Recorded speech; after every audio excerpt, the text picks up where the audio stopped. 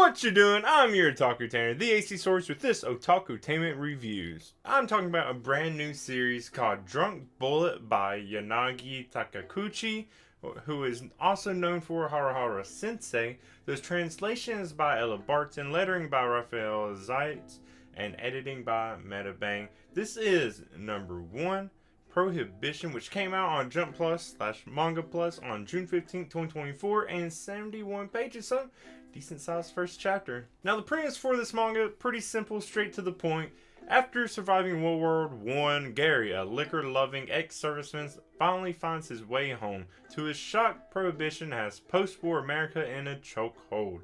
The curtains open on Gary's action-packed quest for a sweet, shining glass of booze. And it really is just that much, but it's nice. It's nothing that has to be too out of this world, I guess. It really is just this, and I'm all for it, mainly because I love alcohol, I love manga. Of course, I had to do a review on something like this. So, let me go ahead and get started talking about it. Now, the summary pretty much said all you really need to know about the beginning. Sometime after World War I, at least about 1920, Garrett Hopper comes back from the war to New York wanting a good alcoholic drink just to be met with Prohibition. There's not an actual year set, but we know Prohibition started, so at least 1920. It mentions after World War I, but there's a 2-year period in between that about. And it turns out Garrett was recovering during those 2 years before coming back home, which is a bummer because we see in the opening pages, Garrett's just like, I can't wait for this to be over so I can get a drink. Can't wait. Just this last operation, one more operation, one more operation, one more, over and over and over again. So, for a simple story, at least the paneling and the art is going to be pretty cool and decent to follow along with. But yep, Garrett immediately tries finding what hope is a classy bar, maybe with some classical music playing, but instead finds a closed bar, and then overhears someone talking about drinking something, which ends up being someone chugging paint remover. Technically has alcohol in it, I guess it counts. No, don't do that. It's bad, and you will most certainly die, just like the warning gives at the bottom of the page. Now, after someone drops some paint on Garrett, invited into a restaurant, someone does offer a bit of alcohol, but Garrett doesn't want anything cheap, only the best. Only something that will serve someone that served in the war to end all wars. Ooh, wow. Joke's on you. Definitely not the end of all war. Ooh, did people really think that? I don't know, but now we do get to meet siblings Delphine and Paul Fuelate. I hope might be how you say that name, but Paul was the one that dropped the paint on Garrett. Yeah, and they run this restaurant X bar that they inherited from their dead parents. But Garrett could smell like whiskey, oak-soaked whiskey, and then sees an old man giving a glass of whiskey after Paul's like, oh, I don't know what you're talking about. There's none of that there. Here you go, old man. Here's some whiskey. Yeah, we don't know what you're talking about. Okay. So apparently these two siblings, mainly Delphine, the older sibling, uses a loophole because there's a grace period of about a year for all these restaurants, bars to get rid of alcohol. But that only pertains to like transporting, selling, making. Nothing about just giving it away. So that's what they're doing. A nice little loophole. But then, even though Garrett's trying to buy some, someone else is also there named Magdar Cheech, some kind of gangster, thug, whatever, and demands to buy the rest of all the stored whiskey. I guess you can say at least a little bit, being a little nice and offering to buy it for, I guess, decent money. Never really say how much money. Probably a lot back in that time, because this is also right before Great Depression. But of course, things don't go as well after that. Cheech knocks off the old man's drink. Garrett catches it. There's some threats back and forth. Paul pulls a gun. Things about to get chaotic. And then Delphine's like, okay, I give in. That's enough. Follow me, Cheech. I'll show you where the whiskey is. But turns out the Delphine might be sneakier than anyone thought, because Paul's looking around and discovered their emergency protection gun is gone, which I'm pretty sure was the one Paul had in his hands when facing Cheech. Don't know how Delphine somehow took that gun that was supposed to be stored away. That was also in, maybe there's a second gun. I don't know. It really seemed like they only had the one, but yeah, I don't know. Anyways, we cut back to Delphine leading Cheech away, pulls the gun on him, and is like, yeah, I'm not getting that. And Cheech is like, okay, listen, I pull guns on people pull guns on me, no problem. Right away just takes the gun. And he's also like, hey, I got my boys, they're also here, they're going, just rough up and kind of force it still now. Nothing's even able to happen because then Garrett and Paul show up right away to the rescue. There's a shootout, easily won by Garrett because apparently Garrett is Tempest Gary, who sees 10 trenches single-handedly and got a medal for it. Of course, everything's won, it's easy, it's over. Garrett didn't actually kill anyone, even spared Cheech, of course, because main protagonist has to do that.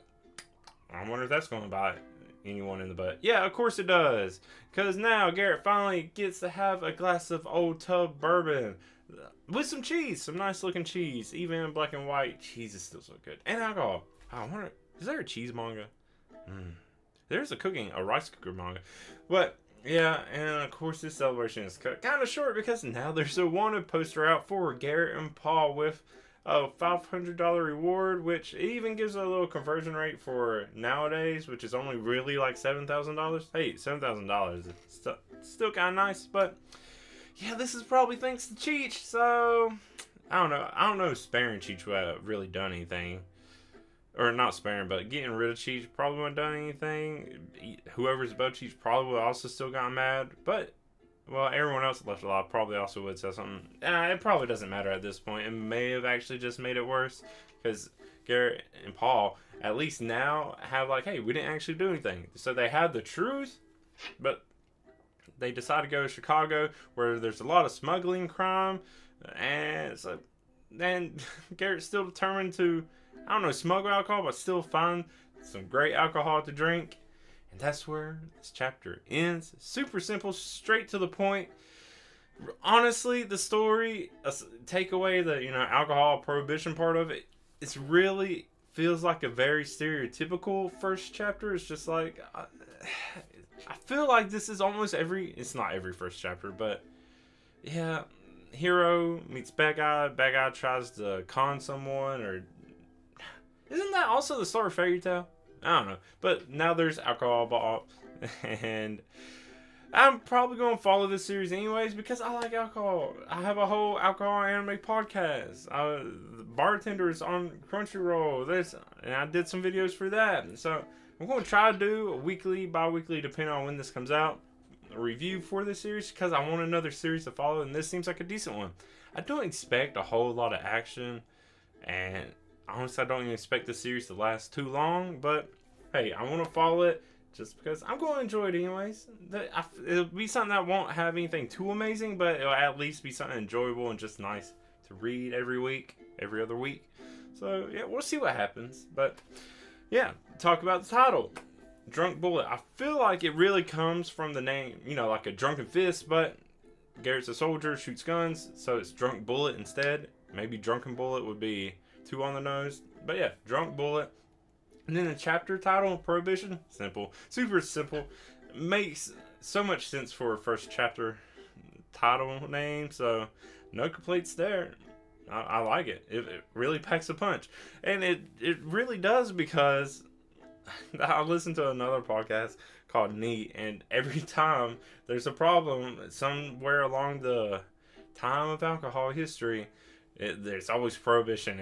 Both of the hosts are just like, guess what? Prohibition, it's a bitch. And so I get that feeling from it. Anytime it's just Prohibition, just a word by itself. So it's like, nice. I like it. Not Prohibition. Prohibition was stupid. That Delphine even makes a point. It's like, yeah, ever since Prohibition, corruption went up a lot. No, duh. There's so much history and corruption along with what went on during Prohibition. And then you're like, yeah. You know who was doing a lot of loopholes when it came to alcohol? The church. Yeah, they were able to get one. I'm not going to go into that's a whole bunch of different stuff, but yeah, it's crazy. Yeah, I'm excited about this. Like, I'm not a huge war person, especially for the United States.